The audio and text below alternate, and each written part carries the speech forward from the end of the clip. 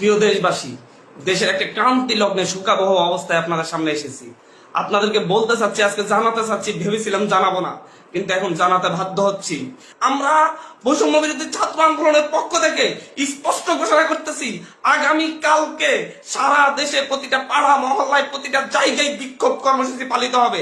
আর আগামী কালকের পরে পরশুদিন থেকে সর্বাত্মক অসহযোগ আন্দোলন পালিত হবে। সর্বাত্মক অসহযোগ, কোনো ট্যাক্স দেওয়া হবে না এই সরকারকে, এই সরকারের অফিসে যাওয়া হবে না, কেউ তার অফিসে যাবে না, কেউ তার সরকারি বেসরকারি সকল অফিস বন্ধ থাকবে, সচিবালয় বন্ধ থাকবে, এভরিথিং বন্ধ থাকবে। গণভবনে কোনো বাস গাড়ি ঢুকবে না, বঙ্গভবনে কোনো গাড়ি ঢুকবে না, এভরিথিং অফ থাকবে এবং সরকারকে সর্বাত্মক অসহযোগিতা করা হবে।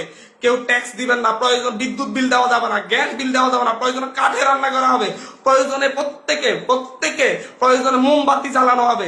তারপরে যদি বিদ্যুৎ চলে যায়, যদি বিদ্যুৎ লাইন কেটে দেয়, তাহলে আপনারা প্রত্যেকে মোমবাতি ব্যবহার করেন প্রয়োজনে। তারপরে এই সরকারকে কোনো সহযোগিতা করা হবে না, বসে থাকা যায় না। আমরা সারা দেশের ছাত্র, নাগরিক, অভিভাবক যে অবস্থানে আছেন, মা বোন প্রত্যেককে বলবো, আগামীকাল থেকে আপনারা প্রত্যেকে রাজপথে থাকবেন, প্রত্যেকে প্রতিটা বাড়ি থেকে রাজপথে থাকবেন। আপনারা কেউ ঘরে বসে থাকবেন না, এটা আপনাদের দায়বদ্ধতা। আপনাদেরকে বলতেছি, প্রতিটা লাশের রক্তের প্রতি আপনাদের দায়বদ্ধতা আছে, প্রতিটা শহীদের রক্তের প্রতি আপনাদের দায়বদ্ধতা আছে। আমি